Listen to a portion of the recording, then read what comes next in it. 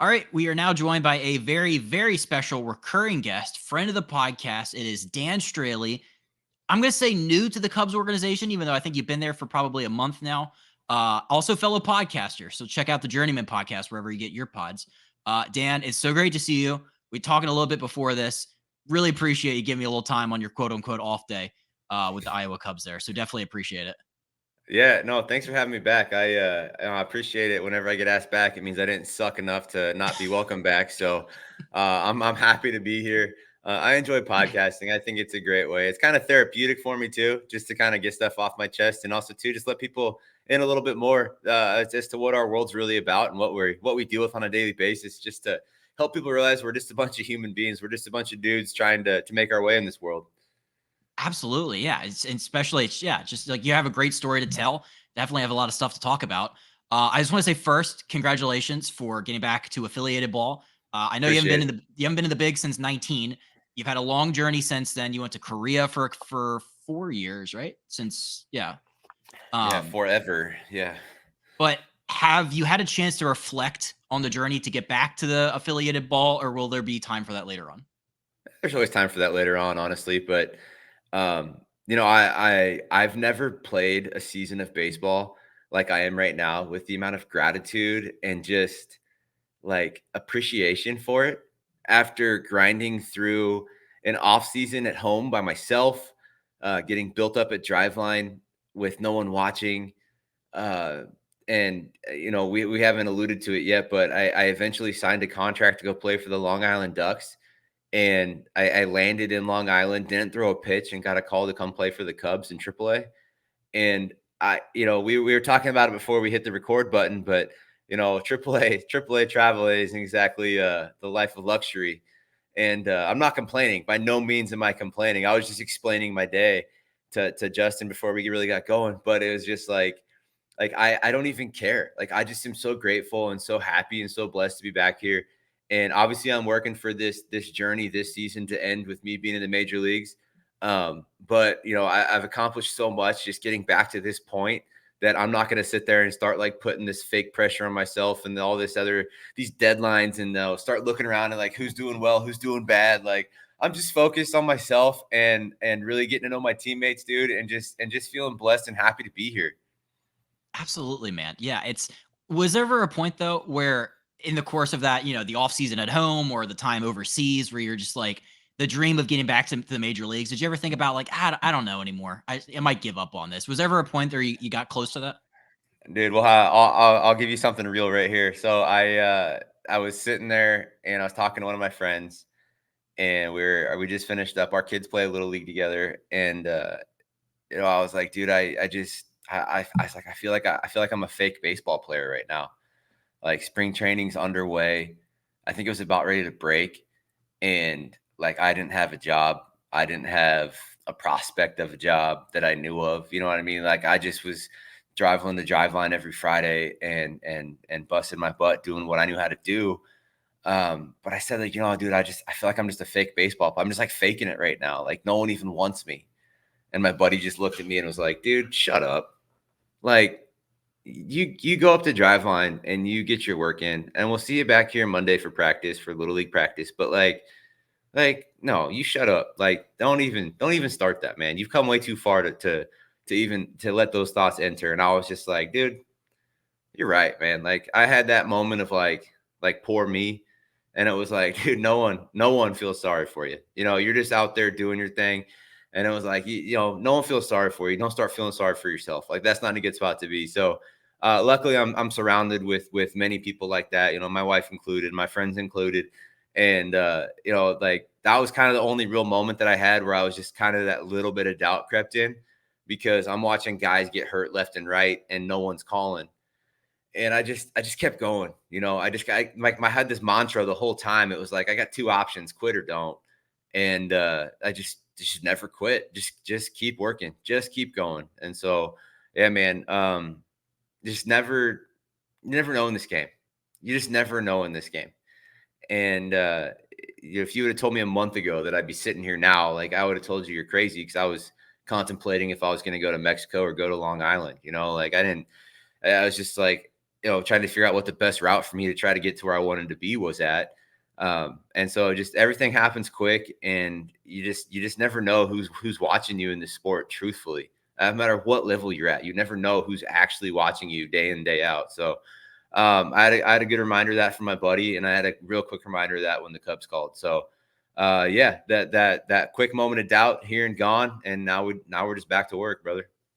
It's such a cool thing that like the journey you're on to get back to the big leagues, because a lot of guys in your position, 8 years in the majors, you had a lot of success there. You were a workhorse for so many years. A lot of guys in your position probably be like, you know what, I had a good run. You know, I think I want to move on to the next chapter. But I like that you're like, and the guy I do the podcast with, Brian O'Grady, same thing. He's like, I have Yeah, more to give this game.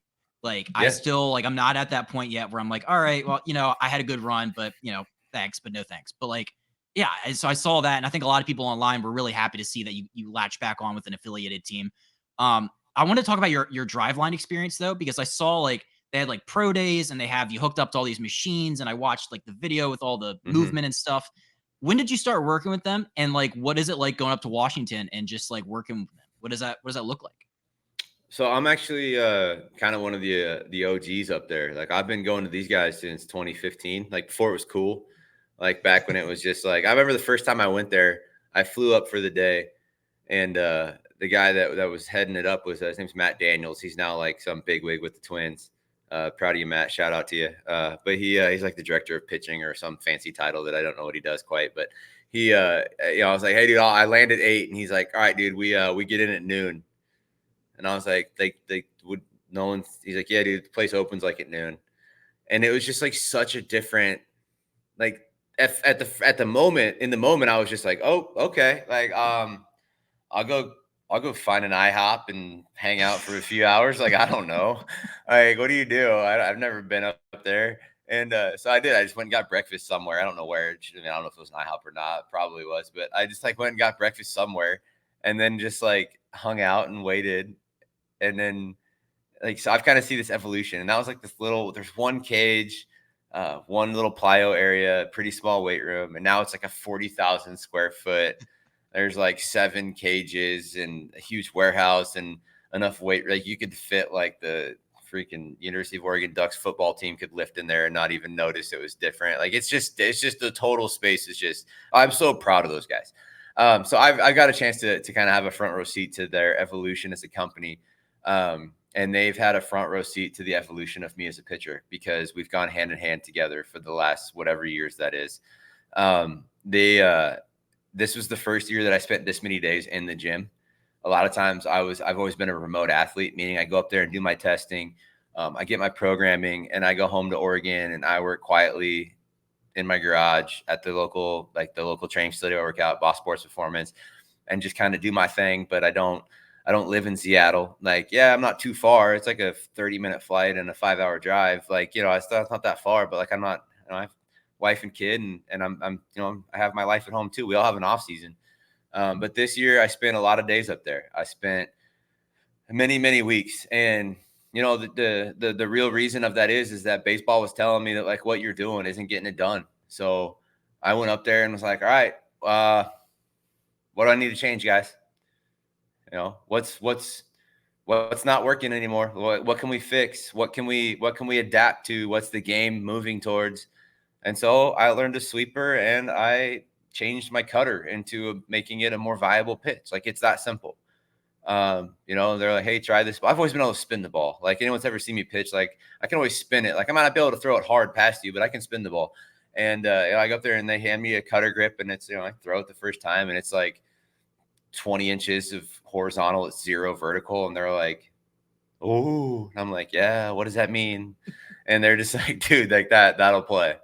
And then I just kind of like, okay, like started working on it, and anyone that's ever pitched, you go through this phase where like when you learn something brand new, you're usually pretty good at it right away. Like if it's like the way you're going to hold the baseball, the way you're going to throw it. And then you go through this valley of like trying to make it better where you just make it worse and you like start to doubt it. And then all of a sudden, like you become confident with it and it becomes a viable pitch for you. And that was just kind of the progression I went through at Driveline. No different, but what I was doing was going through the testing. We identified certain things in my mechanics that I could try to get better at. It's like, hey, you're strong, but you're slow. And I'm like, all right, cool. How do we fix it? And they're like, well, here's your, go do these lifts, go work out this, go do this. See you in 6 weeks. We test again. And it's like, hey, all right, you're quicker, but you're not quick enough. Let's keep working there. And now we can start focusing. It's just like small little tweaks and just using biomechanics to like see like how you're actually throwing a ball and how I used to do it versus how I'm doing it now and all these like little things. And it's not just like this like factory of like try to throw hard that like, kind of used to get a rep for with the old run and gun videos from back in like, odd 18 or whatever it was, like when everyone was just getting used to how they put their first YouTube video up and no one really knew how to watch it. And now it's just like, it's like this whole like different world, right, we live in. But yeah, like just going up there and going through the pitch design sessions with these guys. And, then right at the end of it, my pitching coach calls me at Driveline. He's like, hey, man, I just want to let you know that like I'm taking a job with the Marlins. So I'm actually going to be taking off. And so, it's like kind of like any other spot in baseball, people come and people go. And so I went from Brandon Mann to Eddie Yost and we just kept going. Tried to get Eddie up to speed on like what I was trying to do, what I was trying to work on. And we just kept finishing there. And it's always like always a learning curve when you're changing over coaches and whatnot. But the one thing that they do really well up there is that they're all first in the same things, man. They all speak the same language. They all know what they're doing. They all know what they're talking about in the same way, the same lingo, the same everything. Like the way they phrase everything is like the same pretty much. They might say it 7 different ways to me, but they're saying the same thing out loud. It's just which one am I going to hear, right, as an athlete? But yeah, it was up there just we went from the pitch design to figuring out what Dan Straily needed to be better at. And then we started just building. And so once I got those pitches identified, we just started playing games every single Friday. So we had a bunch of guys started off with, AAA, some big league camp invites, live at bats on Fridays. And then those guys left and it turned into the minor leaguers and some indie ball guys. And then the minor leaguers left. And then it was straight up indie ball guys. And there was like 4 or 5 of us pitchers that were just up there just every Friday. We were just building. And I was getting up to 80 pitches, 85 pitches. And so these other guys are like, I think I was the only starter. Everyone else was a reliever. So I'm just, hey, guys, let's give it 5 minutes and we'll throw another round of 20. And we just kept building, man. Just kept my head down, just kept working. And just kept believing that if I just put this work in when no one's watching, that I'm going to reap the benefits when people are someday. And, circling back a little bit on what you talked about, that self-doubt, or if I ever had any of those moments right there, the one thing that really kept me going, like truthfully, Justin, was that I told my son when this whole process started that if you ever want something in life, that like you just work for it. It doesn't matter if you get rewards for it right away. It doesn't matter if anyone even pats you on the back. It doesn't matter if anyone even notices that you do what you're doing. And so when I'm up there working and I come home, he was my biggest cheerleader, always asking me, Dad, how'd you do? Dad, you give up a hit today? I'm like, dude, I went 5 innings, gave up a single. And he's like, all right, you'll be better next time. Like he just feels it for me, man. And, he, if I would have quit, I would have had to answer my 6-year-old. And I ain't ready to answer those questions, man. I ain't ready to answer those questions. Anyone out there that's a dad, you can understand that when you're trying to really push something into your kid's life and really live that example for them. Like I was telling him all these things. This is how you push for stuff you fight for. You fight for what you want. You push for what you want. You work. Most importantly, you work for what you want in this life. And then if I just would have been like, yeah, I'm good. Like he would have been like, oh, so like if things get hard, I just get to like walk away. And, and there was just never a plan B. But I always had that in the back of my mind that like, we're on plan A. We've been on plan A for 15 years. Now I get to say 16. We've been on plan A for 16 years. Like we ain't never had a plan B. Why should I start thinking of one now? Right. And so we get up there and we're finishing up these live at bats. And I'm kind of sitting there thinking like, okay, these guys are all leaving for independent season the next week.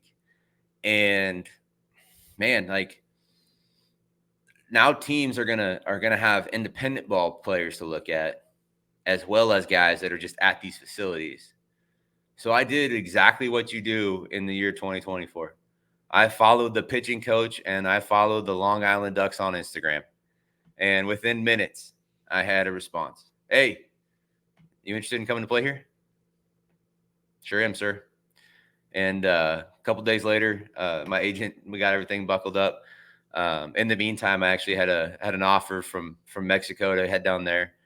I just had to tell them, hey, with all due respect, like I really appreciate it. You guys are offering 7 times the amount that they're offering me in Long Island, but I'm gonna hedge my bet on Long Island, and I'm gonna bet on myself, and I'm gonna stay here in the States. And I had some insight to that. I called a couple buddies that are retired and are now in front offices and running some things in the minor league side and player development, and just said, hey, if all things are equal, like which one would you guys be more willing to look at? And for the most part, everybody said the same thing. Like, you should just head yourself to New York. And so I did that, and kind of wrapped up my Driveline season, and then headed up there. And the amount of gratitude I have towards those guys as well, man, is it's so immense. Like I honestly just can't thank them enough. Like, right. Yeah. Like they're dudes doing their jobs too. Like these are dudes that are trying to get into professional baseball. Maybe not all of them. Dudes that are just trying to make a name for themselves, dudes trying to provide, make an income, whatever their goals and aspirations are, like, right. But they took this time and they made me feel like I was their only client at times, dude. And that's like, that to me, that's special. Like to be one of whatever, like, I don't know how many clients they had because I never asked, but like, I know I'm not the only one, but like Eddie Yost made me feel like I was the only dude. And like, that's all I could ask for, dude, is just get up there and I'm going to put the work in, and somebody kind of put that time and effort back into me. Just kept me going, dude. And like I said, dude, I'm just grateful for that experience in life.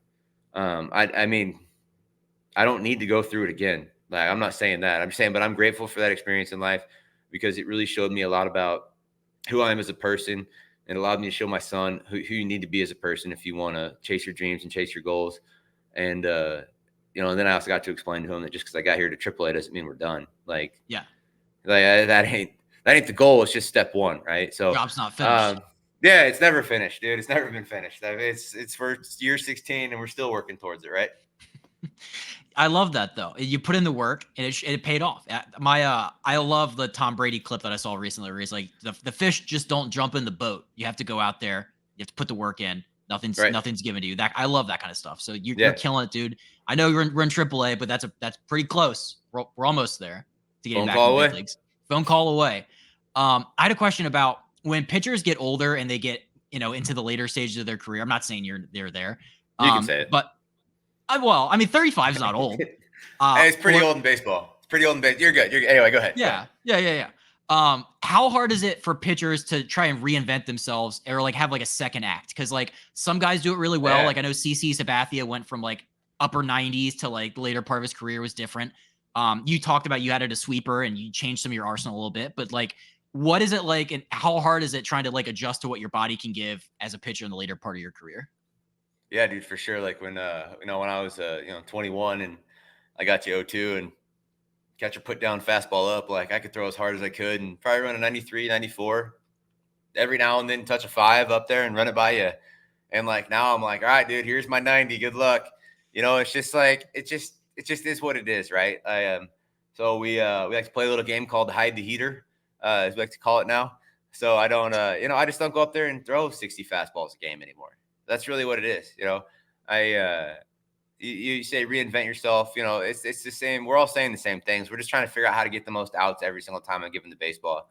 I was pretty proud of this. I've had 3 starts here in AAA, and we get these reports after each game, and I think it was like 13, 15, and 17 swing and misses in my first 3 starts, and I'm like, that's not too bad for a guy that's sitting below league average in velo. Like I'm pretty proud of that. Like that's a cool. I feel like young Dan would be proud of that number. But you just get up there, dude. And I think the biggest lesson you got to learn in baseball is that what used to work ain't always going to work going forward. Just because you used to be able to do something doesn't mean you're going to be able to do it now.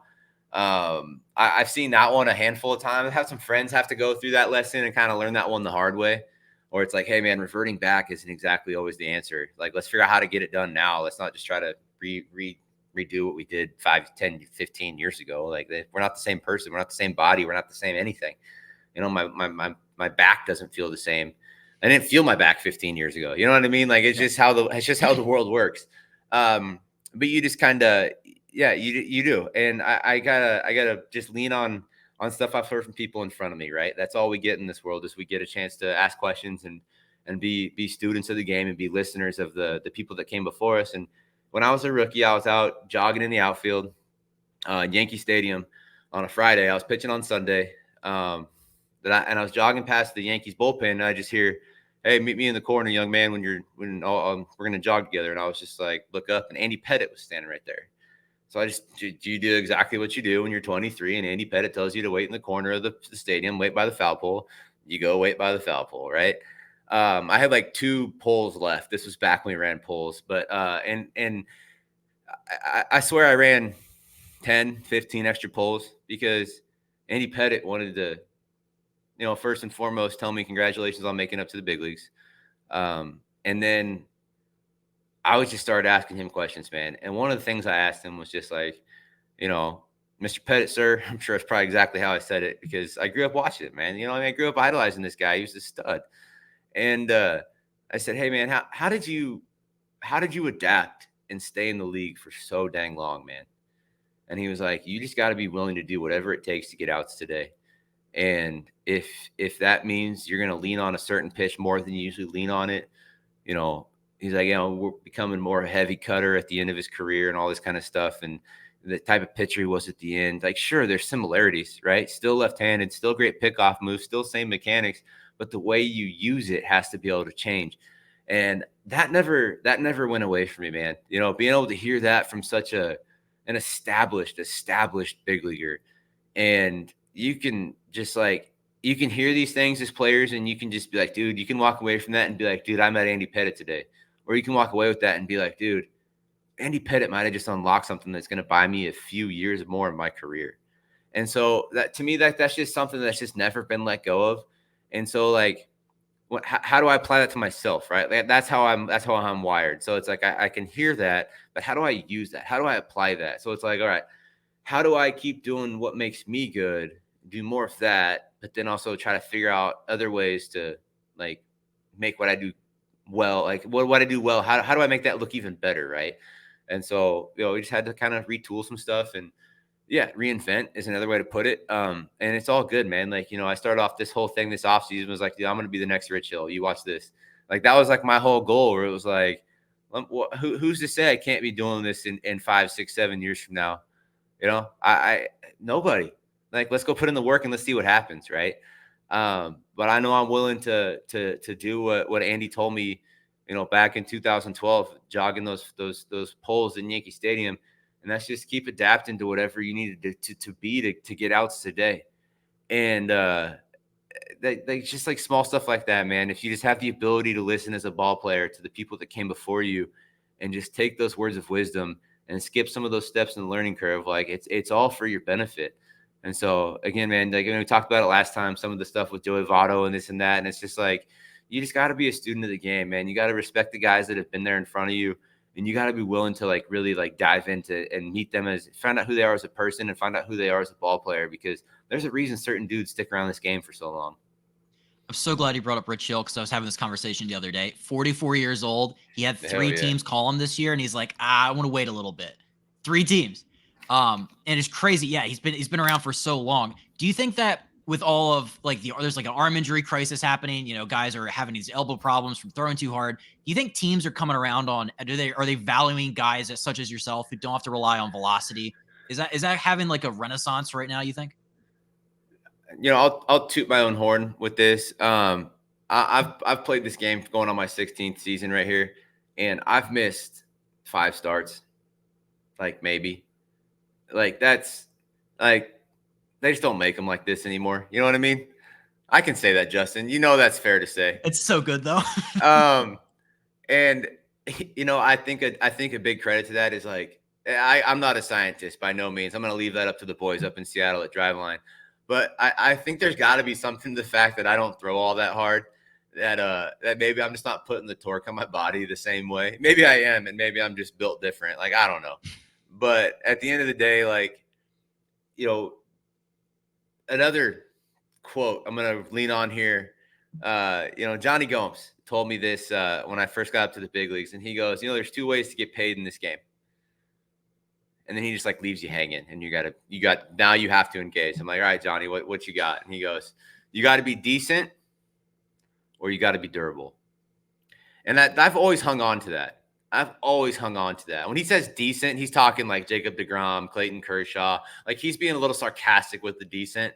He's saying like, you got to be so dang good that like you might not pitch all the time, but when you pitch, like no one's touching home, like no one's scoring, or you just always have to be available. And not that you can you can't work on that, right? Like, that's nothing that's like a God-given thing, man. Like, what you have genetically in your arm is what you have genetically in your arm. Yeah, we can take safety measures and pay attention to workload and do all this kind of stuff. But like, at the end of the day, I had knee surgery, meniscus surgery, and I have to thank my mom for just my bad knees. Like, that's just genetically, that's where it comes from, right? So, a lot of these things, like, no matter what I did, wasn't going to stop my meniscus from getting torn. You can't, there's just certain things you can't avoid. But yeah, I think that baseball is, in a way, reverting a little bit to having more guys like myself around. And how do you go back like that? You know what I mean? Like, to an extreme. And I think it's just like, having certain players around that you just know that you can depend on, that you're going to be around 5 or 6 innings and around 2 to 3 runs. Like, I've done that my entire career. Rarely am I 7 zeros on the board, but rarely am I 2 innings and done. Rarely am I 5 innings and 5 runs. Yeah, it's happened. Don't get me wrong. Like, someone's out there is probably going to go look this up and be like, you did it 14 times. But like, at the end of the day, like, hey man, like, I'm sure I have, but like, more often than not, like, we're getting up there, we're getting 6 innings and we're getting around 2 to 3 runs of baseball. And there's just a lot to be said to that, man. Brian Price, the pitching coach for the San Francisco Giants, told me I was his favorite day when I started. And I was like, Brian, why is that? Like, we got some dudes around us. And he's like, I don't have to top step it, man. I can just sit back and know you're going to be around 6 innings and we're going to be in the ball game. And he's like, there's a lot of value in that, dude. Like, just keep going. And then I got traded, and, but it's just like somebody else saw value in it more than they did. But at the end of the day, that's fair. At the end of the day, like, it's just, I'm grateful that the Cubs called. I'm grateful that they saw something in me that I was going to fill a hole. I was going to fill a need. I don't know their grand plan. I don't know if their grand plan's like, dude, we see the next Rich Hill. If their grand plan was like, we have nobody in AAA just to eat innings, we need Dan. Like, but without a chip in the chair, you don't ever get an opportunity in this game, man. And so I don't really care that, how I got to where I'm at. Like, I'm here. I'm ready to work. I'm ready to go try to put up as many zeros as I can. And, I'm going to toot my own horn a little bit too. I'm pretty proud of myself for getting through 3 starts without having a spring training and like holding my own, man. Went 3 innings, I think the first time, 5 innings and 5 innings. Like, I'm pretty proud. Like, it could have been better, man. Dude. Could have been better. But it's like, I've showed up and they were just like, are you sure you're built up to 85 pitches? My agent was like, yeah. Like, you guys are sure. Like, you're not just, this isn't like an agent move. Like, you guys are sure he's built up to 85 pitches. My agent's like, yeah. They're like, well, how do you do that? And my agent explained it, and they're like, good on you guys. We interrupt this episode to bring you a word from the official sponsor of Not For Long Media and the Breaking Bats podcast, the original Fudge Kitchen. It is a staple of the Jersey Shore with 6 locations in Cape May, Wildwood, North Wildwood, Stone Harbor, and Ocean City. The original Fudge Kitchen makes all of their fudge in store, guaranteeing a delicious product, so stop by and let them know that Not For Long Media and Breaking Bats sent you. Check them out online at fudgekitchens.com as they are shipping fudge and sweet treats all across the country. Now back to the episode. We didn't pass physical, though. Yeah.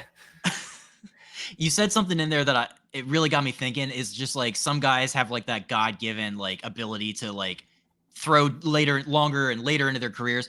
Is that the case for guys who are still pumping high velocity late into their 30s? And because I was watching Charlie Morton the other night, guys still bringing it. Guys bringing up mid 90s to upper 90s fastball. I know Verlander's been ticking down every year, but he was another guy that I feel like has always been high velocity, almost at 40. Is velocity later in your career something that is like a modern medicine? Like, taking care of yourself thing, you think? Or is it just like that guy's arm is just a little bit different? I look at it like this, like my career average fastball, like nobody get excited here. It's like 90.2. All right. I got 800 innings in the big league so far in my life. The goal is to add on to that, right? But my average fastball is 89.2. And like, I'm proud of that. I know we joke around about it just because like the average fastball now is like 94 point something.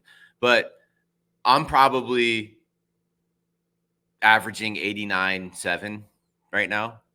And I didn't have a spring training. Like, so I've been around my career average, like so far right now. And I still feel like I'm ready. Like, obviously, like I'm throwing in games, but like, I'm still certain times where I feel out of sync and certain times I feel like I don't feel right. It's like, some of the, competition stuff, but I do think that there is something to that, right? Like my 100 was 90.2. Like Verlander's 100 is 102, right? Like it's just like everybody's 100% effort is what it is. And I don't know if there's like a magic pill to it. But I do think that, staying falling in love with the mundane things in this game has probably helped me a lot. Falling in love with the boring ass arm care, falling in love with the weight room, taking care of going out for jogs and make sure my cardio's up so I can go out there and throw 100 pitches every fifth day. Just like the stupid stuff that I read a book. Mattingly put on our books, or put these books in our lockers to start of spring training. I think it was like 2019 maybe, and it's called Chop Wood, Carry Water. And it's about this guy that wants to go over to Japan and become a samurai. And all he wants to do is be a samurai. And he shows up and they're like, all right, dude, day one, go down, follow this path, chop up all the firewood, bring it up here, bring up all these buckets of water and fill up these bins. The guy's like, all right, goes and does it. Next day, wakes up, he's like, all right, I'm going to be a samurai. And they're like, all right, go down this path, chop the wood, carry the water. You get what I'm getting at? A year later, he's still chopping wood, carrying water, man. Like, you got to just fall in love with the mundane things in this world if you want to be the best in the world at something. Like, it's not the stuff that you guys all get to see on TV and the flashy stuff like that. Like, that's the performance, man. Like, that's where it all comes to fruition. It all starts in November and December, January, February, when all these athletes are just at home grinding, preparing their bodies, trying to get everything right. And I think part of it too is like I've never woken up on a Thursday in the off season and just been like, I think I'm good today. I'm just gonna play Call of Duty and go golfing. Like, I've never had that day. Like, every single day, it's like I have something to do. If I personally want to do something else, like I have to accomplish my baseball stuff first because I'm on plan A. Like, this is what we do. It's just kind of, it's like, you remember the movie Anchorman? Yeah. Pancake breakfast. We do it every month. Like, no matter what happens, we don't break our routine here. And so it's just like, that's just where we're at in life, man. Like, we just keep rolling with what we got. And I can't speak to the other guys that are 35 plus out there still chucking baseballs, but like that's kind of how I've done it. Is just falling in love with the mundane, the chop wood, carry water mentality, and just always been willing to adapt on how I can get more outs, and just being coachable and just really trying to lean on these guys that know more about the game than I do. Like, that to me, it's just that simple. It really is. I like that. All right, I had a couple last questions, then I have some rapid fire for you. Paul Skenes made his debut, much anticipated debut for the Pirates. A lot of people were throwing out comparisons to Steven Strasburg, Right. and I know that you faced him in games. You pitched against Strasburg. You're obviously in the division with peak Strasburg. Like, how do you kind of assess that comparison? Would you say that's an accurate one given your background with Strauss? I mean, I was Steven Strasburg, 1,000 strikeout, for all those wondering. Um, it's in the Didn't record know that. books. And I was also 997 and probably 994. But anyway, it was a rough day. But dude, in my mind, a little bit of an unfair comparison, truthfully, because like Strasburg came up and did that when like nobody else was doing it, right? We didn't have like Twitter was pretty new. Remember back when it was called Twitter? Now Mhm. we call it X. So it's like all these things were just so different. Uh, that stuff was all pretty new. The baseball Twitter wasn't really a thing yet. It was just kind of forming. And like I kind of feel for Skenes a little bit just from having the absolute weight of the world on his shoulders. But kudos to him for showing up and just being is exactly as advertised, man. I don't think that guy showed up and tried to be anything else other than himself. He didn't look rattled, didn't look anything. I mean, I've had my first start in the big leagues before. I know what's going through your head. I didn't do it as the number one anticipated guy to make a debut since 2010. You know what I mean? Like, so, you know, obviously I'm rooting for the Cubs in that situation. I have to. Like, that's my hometown team. Like, that's my boys.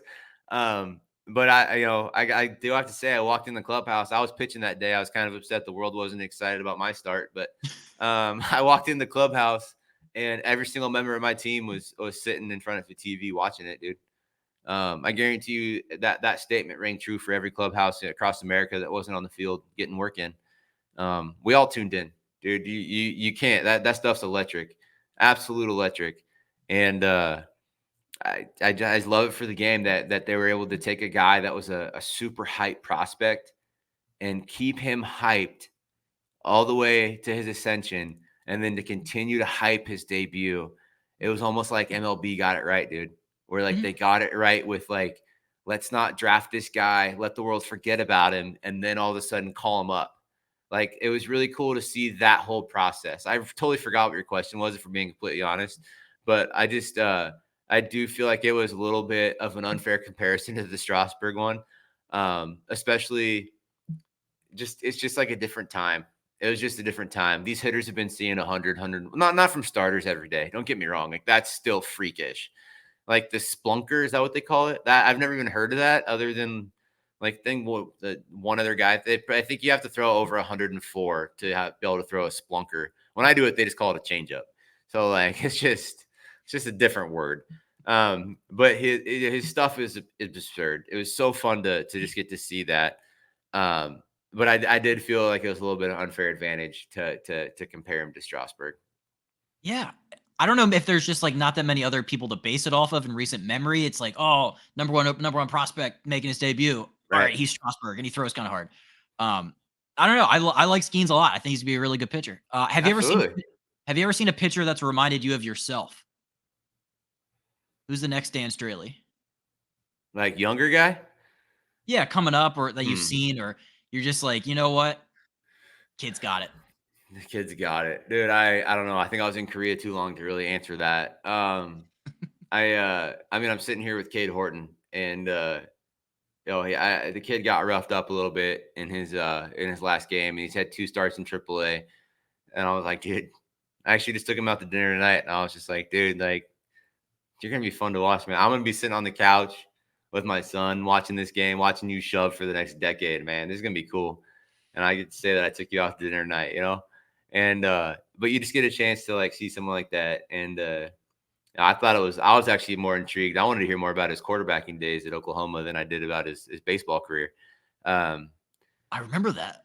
yeah, I was super intrigued by that. No, but I really do think that he's got his stuff's just kind of special. And once he gets over a little bit of the, I don't know, maybe nerves, maybe new place, like I don't know. Like, he's had like a year and he's in AAA. And I was like, I had 100 starts before I got to the big leagues, and like that was quick. Like that felt quick at the time. Like that wasn't, that was like kind of a normal path. And now things are just changing, and these guys are getting, can't call them kids because they're grown men, but these guys are getting to the big leagues so much quicker now, and they haven't had a chance to experience that success and experience that failure and all this kind of stuff. But I really think that this guy Cade that I'm with right now is going to be something special. I know that's low hanging fruit because he's all the prospect rankings say he's going to be, but like when you just watch him throw from behind, I go out there and I've watched both of his starts from him warming up, and it's just different, man. It's just special. It's just the way the ball comes out of his hands is different.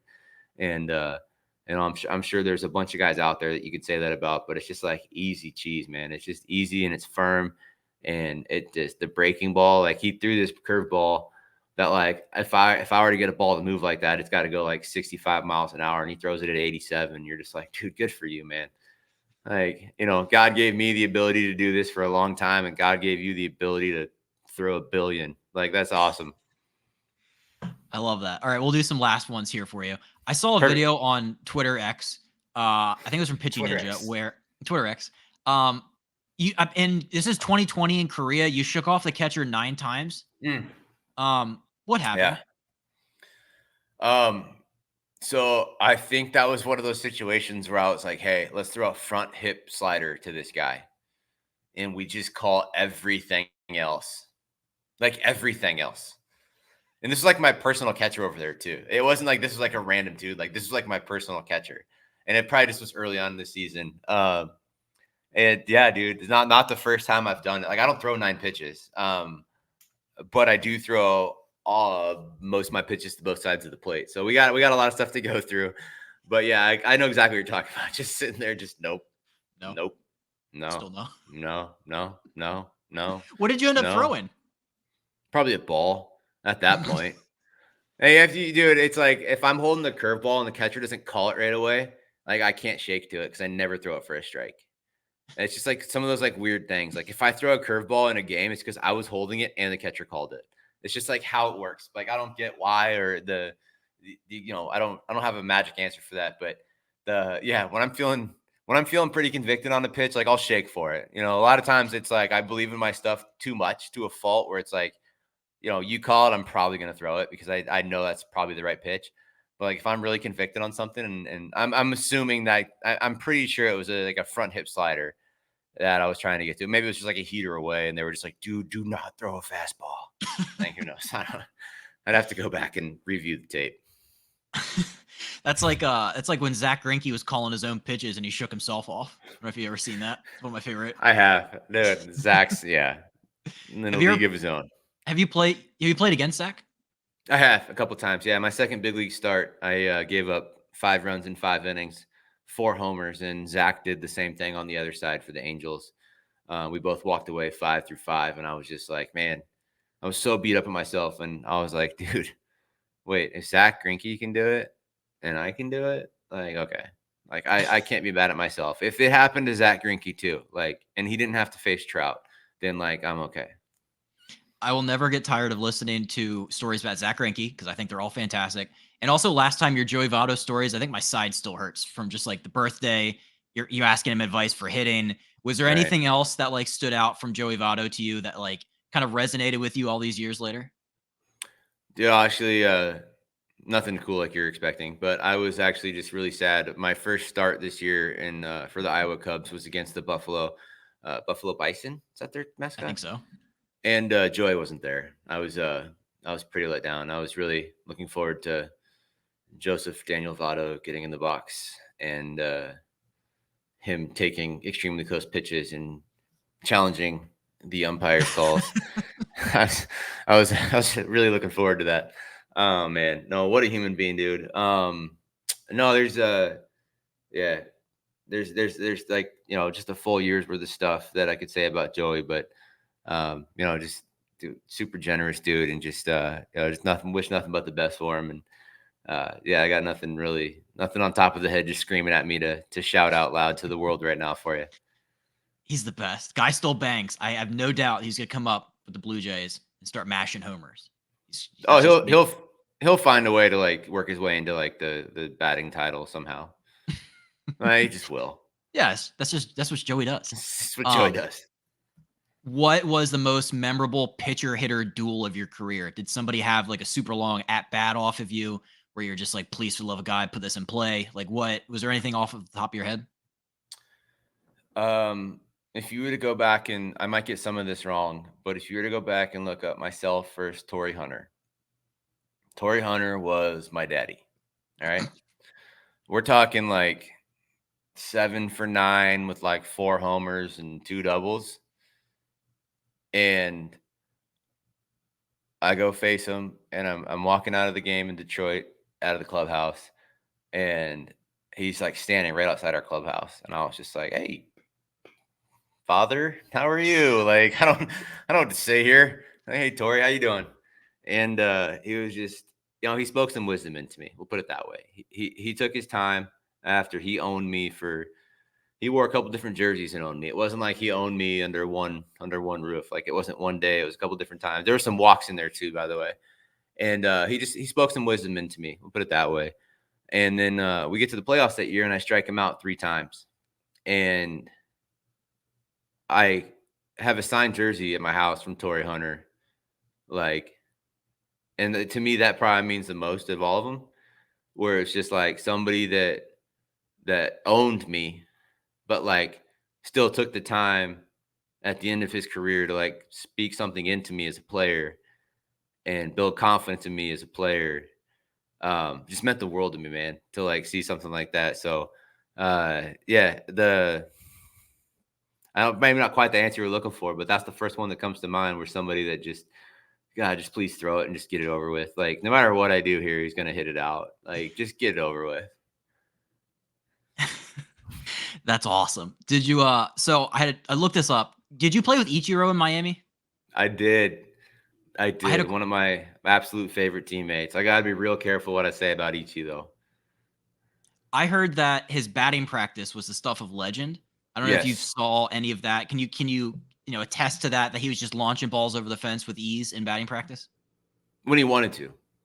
When he wanted to. Like, you knew exactly what Ichiro was wanting to do that day, because that is what happened. So like, if he came up there and like hit 17 balls perfectly down the left field line that hit the chalk, it's because that's what he wanted to happen. If he wanted to leave the yard 6 times in a row, pull side, it's because that's what he wanted to happen, dude. It's one of the most impressive human beings I've ever been around.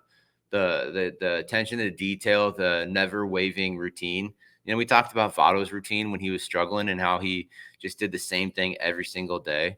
Like, Ichiro never really struggled, but he did the same thing every single day. Those two guys are cut from the same cloth, man. It was incredible to be his teammate.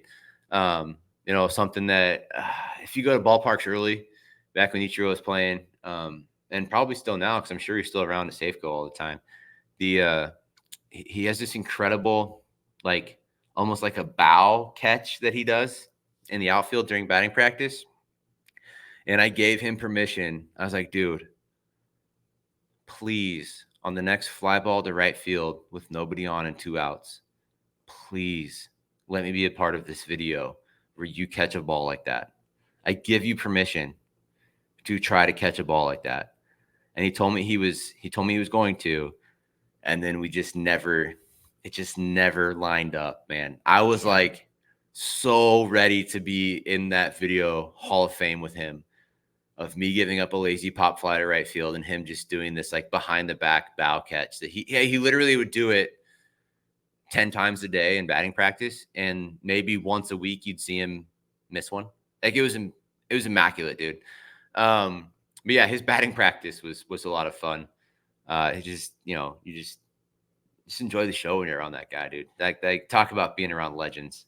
I've been blessed with being around some really good ball players in my day, and he takes the cake, dude. It's that simple. He does. That's so funny. Yeah, I feel like I saw he threw like a first pitch full uniform with cleats on, pumping like 90 something not Yeah. too long ago. He could still play. I don't like like you said, maybe he just doesn't want to. If he wanted to, he could, but he just doesn't want to. Yeah, I'm sure it's deep down in there. It's still probably a desire. I'm sure he plays, still hits, still does everything. Like, it's just baseball is ingrained in it, man. It's just who he is. I know he's at the Mariner games. If you pay real close attention, when they win, he's usually one of the first people out of the dugout. He's not allowed in the dugout during the game, but as soon as that game's over, he's one of the first people out of the dugout. Probably still got a uni on. Yeah. Oh, full uni. No, full uni. Yeah. Uni. This is what he I does. think he's up. Well, I think he's up in the cage working with the hitters that aren't playing that day. Every day. I think that's what he does. I could be wrong. That was a couple years ago. Things might have changed, obviously, but yeah, no. Like, last time I talked to him, he was still living up in Seattle and doing his thing. I love that. All right, last Yeah. question for you, Dan. Your Baseball Reference has 2 nicknames listed. It's apparently Rojo and Thunder. Yeah. Can you tell me if there's a story behind those and if you have a preference for either one? Well, MLB wouldn't let Ginger in, and so we were just trying to come. So no, that's not exactly it. But the pitching coach in Miami my first year, his name's Juan Nieves. He gave us all Caballo nicknames. Juan's from Puerto Rico, and so we all had different Caballos. So we had Flaco Caballo, Feo Caballo. If you know Spanish, you're following right along. We had the Viejo Caballo, and I was the Rojo Caballo, and so I was just the red horse, And if you want to catch up, we also had the old and the skinny and the I forget what Tom was, maybe the ugly, the Feo Caballo. And so we all had a Caballo tied to our name. And so I was Rojo that year. And ironically enough, Driveline is going to pop back up here. I was kind of, a big part of helping Driveline do some marketing, some stuff when they first were kind of a new company. And so I tried to get Driveline put on my nickname, like Mr. Driveline. And MLB wouldn't let me do it. And so we tried a couple different ones. Driveline even signed a form saying like Dan has the permission to use our likeness and all this, and MLB wouldn't do it. So they regulate those pretty strictly, which is, it is what it is. I get it. And then the other one, Thunder, Juan was gone. I didn't want to be Rojo again. And so our bench coach, Wallach was just like, Thunder Dan, there you go write it down. Okay. I went over and wrote down Thunder Dan. Speaking of nicknames, I was sitting there and AJ Ellis was on my team my first year in Miami, and he couldn't figure out what to put down. Not everyone has a cool nickname, right? And I was just like, dude, like not trying to be anything other than a real human being moment. I was just like, dude, what's the favorite nickname you've ever had in your life? And he was like, I don't know. Like, I was like, Dad. When your kids call you Dad, man, that's the coolest nickname in the world, bro. When your kid calls you Dad, like that's not your name, but when your kid calls you Dad, tell me that's not your favorite nickname. So he wrote down Dad. Well, the media took it as like he's the team dad, and so everyone started calling him Dad in the clubhouse. All the players started calling him Dad, and I was just like, no, that wasn't the spirit. That wasn't what we meant. Oh man, it's supposed to be wholesome. Yeah, it was, but he took it like a champ. AJ's an absolute, just class act human being, and he never made me feel bad about that. Never made me feel anything other than being proud of being a dad and being proud of he was our team dad in a way. Every single person in our clubhouse looked up to him, and every single person in our clubhouse was just eager to learn from him on how to be a big leaguer, how to navigate lineups, how to, if nothing else, what does Clayton Kershaw do? Like, that's probably what he got asked more than anything else, is what was Kershaw's routine. But like, we all, those nicknames aren't the easiest things to come up with. As the fun ones, like Corey's brother, like those things are cool. Like those ones get big laughs. Those ones are awesome. Or the other Bieber, but like Rich Hill, yeah. Dick Mountain, yeah. I like that. That's good. Like that's like really funny, but like there's so few of them out there that are actually really good. I didn't like love mine by any means, but I also I tried to be the weirdo one year because that's what Miguel Rojas called me from. I was now everyone does it, but I was throwing driveline balls into the wall, and he's like, "You're just doing all this weird stuff all the time, like throwing these balls into the wall." It's like, "You're a weirdo." So I tried to write that down. MLB wouldn't let me be the weirdo. So I just gave in. I was like, let Wallach pick it. So I walked out to Thunder and he put Thunder on the back. And I was like, this is whatever. Like I got a jersey that says Thunder on it at home now. So we're set. What else do you need in life? What year was that Players Weekend? Yeah, that was Players Weekend. Rojo would have been 2017 and Thunder would have been 2018. They need to bring that back. I mean, like, I know there's not that many cool nicknames, but like, it was still cool. Oh, they are this year. Yeah, but no nicknames, just the Players Weekend. Yeah. Oh, okay. Yeah. Well, that's a bummer. Well, hey, Thunder Dan. Yeah, I kind of like that. It's got a nice ring to it. I mean, now I just go day game Dan. That's like kind of all I do these days is throw day games. So day game Dan. Yeah, that's when I was in Reno. It was just old man Dan because I was older than everybody else there. Now at least I'm not the oldest guy. Although Peralta just opted out, so I'm the second oldest now. But we're hanging on tight. Still got we got Kurt Casale still leading the way. So I'm still not the oldest one here. A spry 35, yeah. Right. Dan, this has been incredible. I always love when we have you back on. So best of luck with the Iowa Cubs the rest of the way. We're hoping to see you pitching at Wrigley Field. I wore my Wrigley Field shirt for this. I don't know if you saw. Oh, we saw it. I was like, I got one Cub shirt. It's there for we Dan. Go. Nailed it. We're gonna manifest that Wrigley Field appearance. But everyone's go subscribe to the Journeyman podcast. I always like to support just a fellow podcaster out there. So appreciate you. Dan, you're the man. Really appreciate your time.